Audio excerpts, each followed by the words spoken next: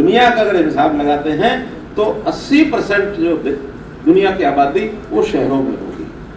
आज कुछ तो देश ऐसे हैं, लगभग 12 देश ऐसे हैं जो 100% शहरीकरण है, जिनका कोई गांव है ही नहीं हो।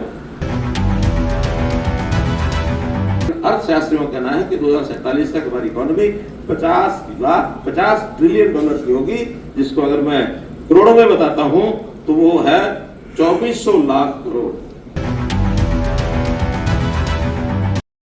गुरुग्राम के मानेसर में आयोजित शहरी स्थानीय निकायों के अध्यक्षकों के राष्ट्रीय सम्मेलन में शुक्रवार को केंद्रीय ऊर्जा, आवासन और शहरी कार्य मंत्री मनोहर लाल ने बतौर मुख्य अतिथि शिरकत की। इस दौरान संबोधित करते हुए उन्होंने कहा कि कैपेसिटी बिल्डिंग में इस तरह के सम्मेलन का अहम योगदान रहता है। यह पहला मौका है जब इतने बड़े स्तर पर शहरी स्थानीय निकायों के जनप्रतिनिधियों का सम्मेलन आयोजित किया गया है। इस तरह के आयोजन निरंतर देश भर में आयोजित होने चाहिए। इसके लिए ऑनलाइन माध्यमों का भी सहारा लेना चाहिए ताकि अधिक से अधिक लोग इसका लाभ उठा सके और अपने शहरों को स्वरूप बदल सके। हम जब छोटे होते थे तो अलजेब्रा जब पढ़ते थे, अलजेब्रा में एक आता था कि माना x बराबर 100। तो मैं अगर कहूं कि मनोहर लाल का भाषण, मान लो कि जो 6 वक्ता हैं या 7 वक्ता अभी तक हुए हैं, उनके अंदर सब वक्ता की बातें आ गई तो मान लिया जाए? नहीं, तो मान लिया जाए नहीं। मित्रों, प्रधानमंत्री जी ने हमारे सामने एक विषय जो रखा है, उसकी चर्चा देश भर में और जो हो रही है कि 2047 तक अपने को अपना देश विकसित भारतीय बनाना है और दुनिया में एक ऐसा स्थान प्राप्त हो कि हर नागरिक का माथा ऊंचा उठे, सीना चौड़ा हो, बड़े गर्व से कह सके कि हम भी एक ऐसे देश के नागरिक हो गए हैं जिसका दुनिया के देश में अपना स्थान है। और उस ओर हम काफी बढ़ रहे हैं, आगे बढ़ रहे हैं, उसमें कहीं कोई दिक्कत नहीं है, कठाई नहीं है। बहुत से आयाम उन्होंने अपने सामने रखे हैं।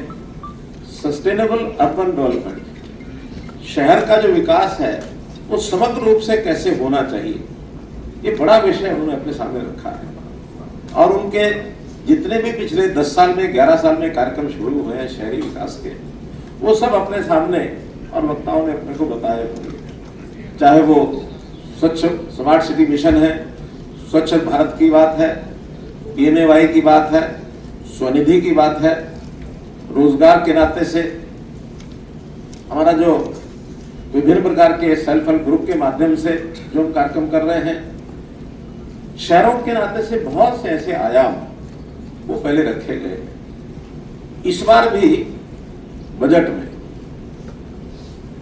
1.5 लाख करोड़ रुपया तो इंफ्रास्ट्रक्चर के लिए जो देश भर में दिया जाएगा, जो बिना ब्याज के 50 साल के बाद वो रिफंडिंग उसकी है। इंफ्रास्ट्रक्चर में बहुत बड़ा योगदान 1.5 लाख करोड़ रुपए का है। 1 लाख करोड़ रुपया और इस बार अर्बन चैलेंज फंड इस नाम से घोषित किया गया कि जहां जहां कोई चैलेंज महसूस होता है शहरों के अंदर, उस चैलेंज के कुछ प्रोजेक्ट्स बना करके लाइए और उसके आधार पर पैसे का सैंक्शन होगा और वो सब जो है शहरों को उपलब्ध कराया जाएगा।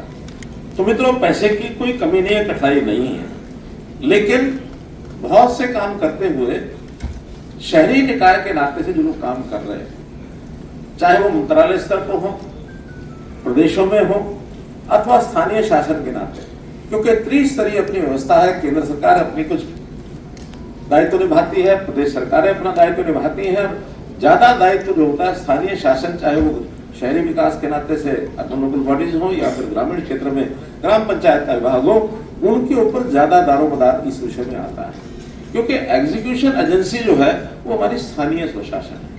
ऊपर से तो हमको मदद मिलती है, हमको टेक्नोलॉजी की सहायता मिल गई, हमको आर्थिक मदद मिल गई, हमको मैन पावर के नाते से कुछ व्यवस्थाएं मिल गई। तो ये सारी चीजें नए इनोवेशन, नए कई बार नवाचार के नाते से बहुत से ऐसे चीजें आती हैं, वो सब मिल जाती हैं, लेकिन एग्जीक्यूट करने का काम वो नीचे होता है। और नीचे काम करने के लिए हमारा ये जो इतना बड़ा ग्रुप है, जब तक ये एक्टिव नहीं होगा, जब तक इनकी ट्रेनिंग नहीं होगी, इनकी जो क्षमता है उसका निर्माण नहीं होगा, हमारे पास क्षमता बहुत होती है, लेकिन उस कैपेसिटी बिल्डिंग जिसको कहते हैं, उस क्षमता का एक प्रकार से पुनर्निर्माण करना, ये बहुत बड़ी आवश्यकता है। वहीं उन्होंने कहा, लोकसभा और विधानसभाओं की तरह शहरी स्थानीय निकायों में भी हाउस के सेशन होने चाहिए, जिसे कोई लोकसभा अध्यक्ष और विधानसभा अध्यक्ष की तरह चयनित कोई व्यक्ति चलाए। इससे निष्पक्ष तौर पर काम करने की कार्य पद्धति बनेगी। उन्होंने देश भर से आए जनप्रतिनिधियों को शहरी स्थानीय निकायों को आगे बढ़ाने के लिए कार्य का आह्वान किया। इसके साथ साथ इस सम्मेलन में जिन नगर निकायों द्वारा अपने बेहतरीन कार्यों को बेस्ट प्रैक्टिसेस में दिखाया गया है, उन्हें अपने यहाँ भी लागू करने और शहरों को और बेहतर बनाए रखने का आह्वान किया गया। सस्टेनेबल अर्बन डेवलपमेंट की जो बात कर रहा था, उसके अंदर सबसे पहला विषय है कि हमारा जो वातावरण है, पर्यावरण के नाते पर्यावरण को कैसे बचा करके रखें और कैसे प्रदूषण मुक्त हम हो सके, ये सबसे बड़ा एक पहलू है जिसके ऊपर हमको विचार करना है। विकास के काम लगातार चल रहे हैं, विकास के कारण से कई जीवन की आवश्यकताएं हमारी पूरी होती हैं, लेकिन बाई प्रोडक्ट के नाते कहीं कहीं उन चीजों में से और प्रदूषण होता है। हमारा जो पर्यावरण है उसके ऊपर प्रतिकूल प्रभाव पड़ता है। तो विकास कैसा हो, इसके लिए हमें आगे बढ़ना है और इसमें बहुत से हमारे शहर अच्छा काम कर रहे हैं। बेस्ट प्रैक्टिसेस के नाते से भी आपका एक यहाँ पर प्रेजेंटेशन हुआ है कुछ शहरों का, उन्होंने बहुत कुछ अच्छी बातें बताई हैं। अब वो सब एक साथ तो हम लागू नहीं कर पाएंगे, लेकिन उसको कैसे उस टारगेट अचीव कर सकते हैं, उसका एक प्लान जरूर बनाना चाहिए हमको, और उस प्लान के आधार पर हम अपने शहर को कैसे आगे बढ़ा सकते हैं, इसकी ओर हमको आगे। केंद्रीय मंत्री मनोहर लाल ने कहा कि जनप्रतिनिधियों को तो इस तरह के आयोजनों से जागरूक करने का कार्य कर रहे हैं, लेकिन आम जन को भी जागरूक करना होगा। जनता जागरूक होगी तो सिस्टम में अधिक पारदर्शिता आएगी, विकास कार्य बेहतर तरीके से होंगे। उन्होंने शहरी निकायों को स्वावलंबी बनाने पर भी जोर दिया। उन्होंने कहा, केंद्रीय और राज्य सरकारों से निश्चित पैसा शहरी स्थानीय निकायों को मिलता है।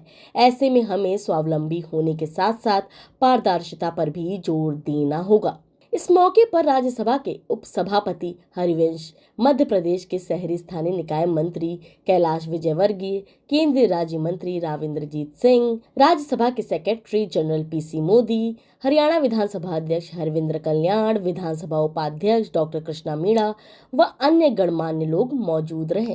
तो जो सुझाव आए हैं उनके ऊपर चर्चाएं हुई हैं, कुछ सुझाव दिए भी गए हैं। मैं समझता हूं कि इसी के माध्यम से आने वाले समय केंद्रीय इकाइयों को मजबूती मिलेगी और जो पैसा खर्च होगा वो लाभदायी जनता के लिए होगा।